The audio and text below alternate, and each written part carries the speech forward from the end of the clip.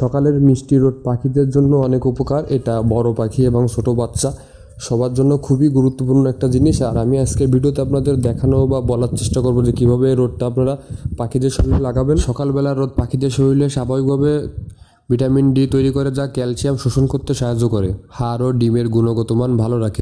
Vitamin D থাকার কারণে পাখিদের হাড় শক্ত হয় এবং ডিমের খোসা যেগুলো পাতলা হয়, অনেকের পাখি আছে যে ডিম পারলে নরম ডিম পারে, ওইটার সমস্যার সমাধান করা হয় ইনশাল্লাহ। রোদ পাখির পালকে উজ্জ্বলতা আনে এবং পালক সুন্দর রাখে।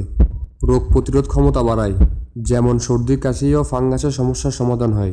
রোদ পাখিকে রিল্যাক্স রাখে, অ্যাক্টিভ থাকে এবং ভালোভাবে খাবার খায়, যার কারণে পাখি সুস্থ থাকে। আর এই রোদটা সর্বোচ্চ 15 থেকে 20 মিনিট পাখিদের লাগাতে হবে। এর বেশি যদি হয় তাহলে পাখি হিট স্ট্রোক করতে পারে, যার কারণে আপনার শখের পাখিটি মারাও যেতে পারে।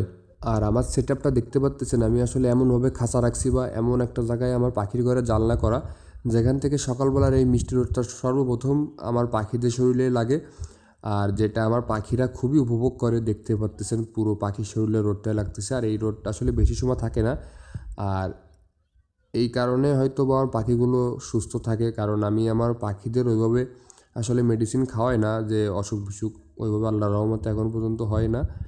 আর সকালবেলা রোদ লাগতে লাগতে এই পাশে আমি আমার পাখির খাবার রেডি করে পাখিদের খাবার দিয়ে দিলাম। মাশাআল্লাহ দেখতেই পাচ্ছেন সফট ফুড খাচ্ছে সকালবেলা। আর এই খাবারগুলো আমার পাখিদের অনেক পছন্দের খাবার এবং প্রতিদিন সকালবেলারই রুটিন এটা।